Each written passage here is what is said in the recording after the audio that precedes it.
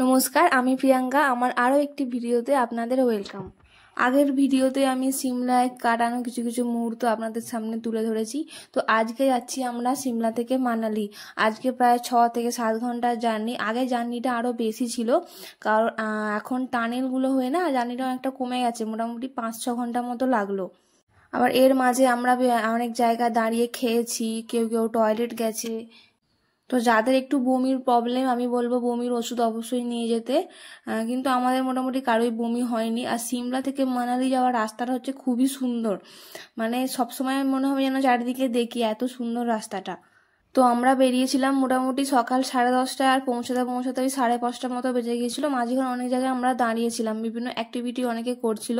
তো এটা হলো আমাদের হোটেলের মোটামুটি রাস্তাটা। হোটেল থেকে ম্যাল যেতে আমাদের পায়ে হেঁটে 2 মিনিট মতো সময় লেগেছে।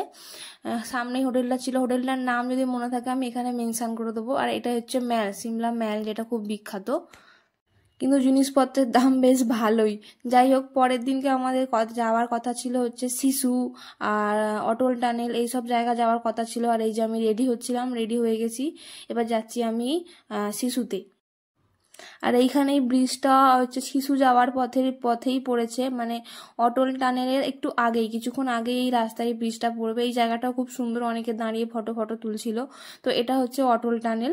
অটল টানেলটা প্রায় 7-8 কিলোমিটার, আমি ঠিক জানি না, অনেকটাই। এবার অটল টানেল থেকে যে বেরোবো না, বেরোনোর দৃশ্যটা খুব সুন্দর, মানে বেরিয়েই একদম বরফ দেখতে পাবো। ওই জন্য আমি ভিডিওটা ক্যাপচার করেছি এখানে। আসলে আমি ক্যাপচার করিনি, এটা আমার হাজবেন্ড ক্যাপচার করেছে, সামনে সিটে বসেছিল, সমস্ত ভিডিও তুলেছে।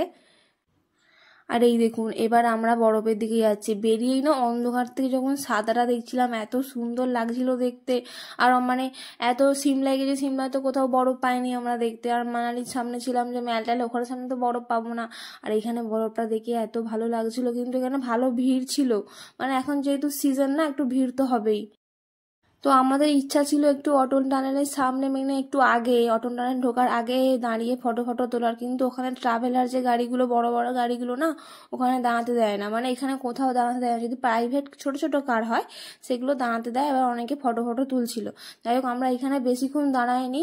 আমাদের আসলে সানগ্লাসটা আনতে গিয়ে গাড়ি থেকে আবার দেরি হয়ে গেছিলো। তারপরে আমরা চলে গেছিলাম সিসু। আর সিসুতে গিয়ে আমরা এই অ্যাক্টিভিটিটা করেছিলাম।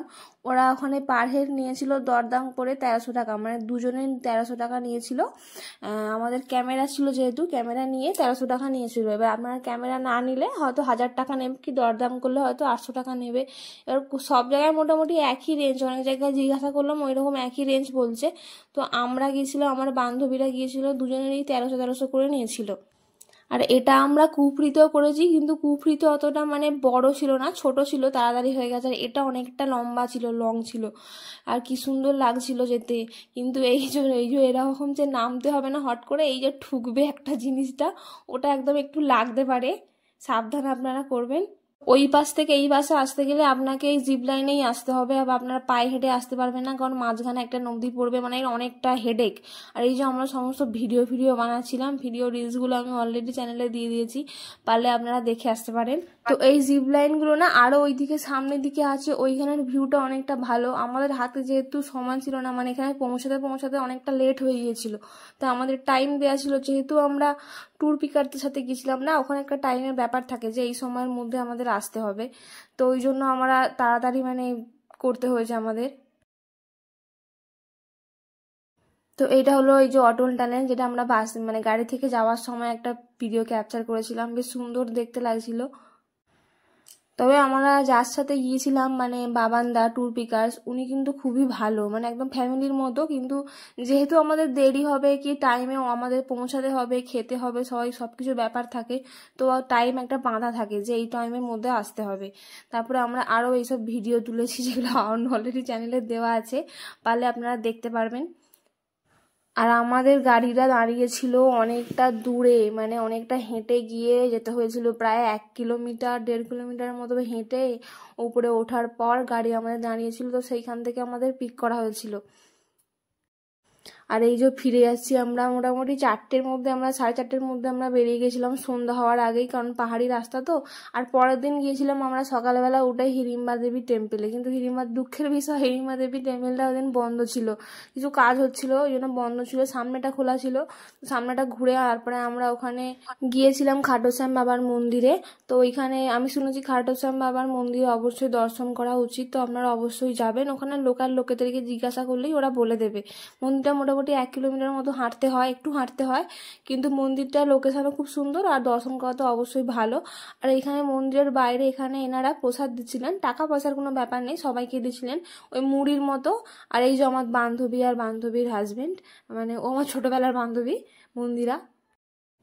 তো এই দিনকে আমরা খুব তাড়াতাড়ি বাড়ি চলে গেছিলাম, কারণ পরের দিন আমার মণিকরণ যাওয়ার ছিল, তারপরের দিন আমার বাড়ি। তো তাড়াতাড়ি আমরা রেস্ট নেওয়ার জন্য বাড়ি চলে গিয়েছিলাম। আর বিকেলবেলা গিয়েছিলাম এই বনবিহার পার্কটায়। এই পার্কটা হচ্ছে মানালি ম্যালের একদম পাশেই। তো টিকিট মূল্য 10 টাকা না 20 টাকা আই থিঙ্ক হবে। তো এইখানে আবার পার্কটার নিচে আছে, নিচে হলো এইরকম আপনারা বোটিং করতে পারবেন। তবে বোটিংটা করে না মজা পাবেন না, মানে ছোট একদম পুলের মধ্যে অনেকজন করছে, ধাক্কা ধাক্কি এসব লাগছিল, তো আমরা ভয়ে ওই জন্য কিছু করিনি, জাস্ট ঘুরেছি। এবার ঘুরতেও খুব ভালো লাগবে, খুব সুন্দর ফাঁকা, খুব ঠান্ডা, বেশ ওয়েদারটা খুব ভালো লাগবে বেশ থাকতে। তো তারপরে বাড়ি চলে গিয়েছিলাম। তারপরের দিন গিয়েছিলাম মণিকরণ। তো মণিকরণ ওই দিনকে না ল্যান্ডস্লাইডিং হয়েছিল, মানে গাছ পড়ে 4-5 জন মতো মারা গিয়েছিলেন। তো ওই জন্য মোটামুটি পৌঁছাতেও রাস্তা জ্যাম ছিল, পৌঁছাতেও অনেক দেরি হয়ে গেছে।